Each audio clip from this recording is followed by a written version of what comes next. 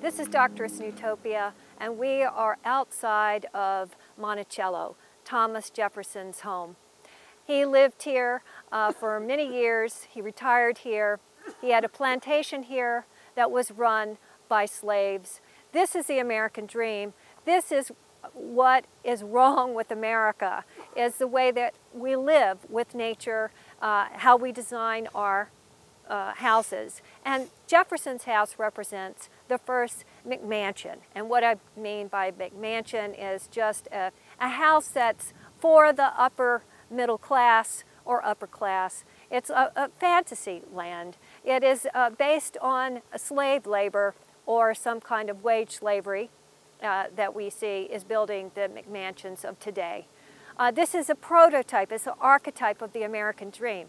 It's one that doesn't function properly. Jefferson, in fact, went bankrupt by the end of his life. He had been through wars. He was a celebrity. He was giving his money away. It was not a sustainable economic situation for him. The money that he raised in order to build Monticello was through tobacco. And so we know that that is a corrupt way to make your money. So there were many symptoms of the corruption that we see today in the United States.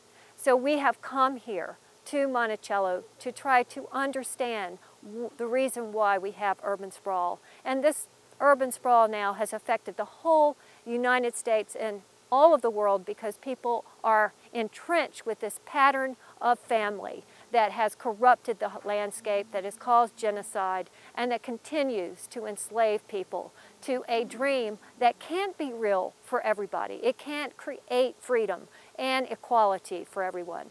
So what we're really searching for is that new archetype in architecture that allows us to really have the freedom and have the social equality. We need to build a sustainable economic structure.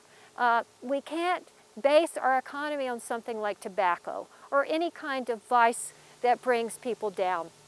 We have to find the crops that can be sustainable. And one of the interesting facts I heard about his plantation was that he grew hemp to make clothes.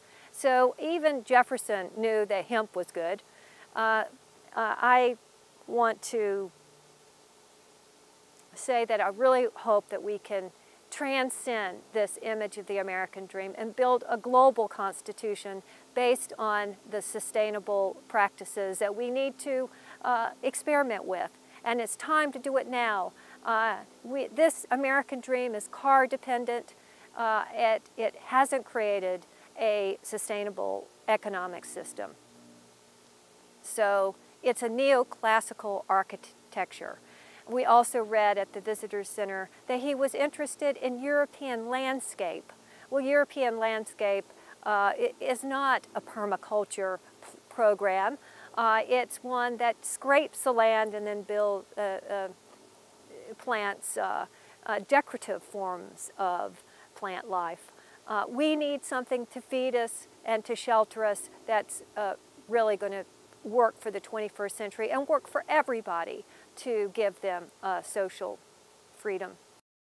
I want to appeal to you, the best and brightest people in the world, people who are virtuous in their thoughts and want to become sacred activists, to build a new archetype in architecture. We need to transcend the American dream to realize that we need to build an architecture that's going to protect all the people throughout the world. We have to shelter everyone, 6 billion of us. We have to feed everyone, so we need a new agricultural pattern. This is a mighty task, and we have to build a new constitution based on human rights, based on liberating everyone. We don't want any more slaveocracies. What built Monticello was a slaveocracy. We have to have a different idea of what aristocracy is. We have to go back to it being the best people with the best ideas. Democracy is based on ideas. And if you listen to what is happening in America today, we have lost the ideas, the ideals of social justice and liberty for all.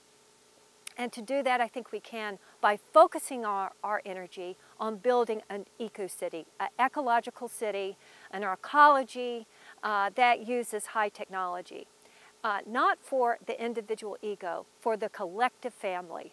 And we have to get beyond the nuclear family and the nuclear house, this American dream model, into building the collective dream, which allows people to have individual liberty.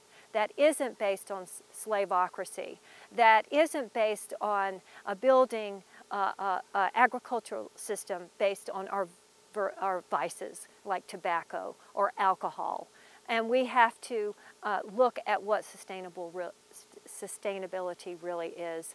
That's the way we are going to build a culture that can last for a millennia.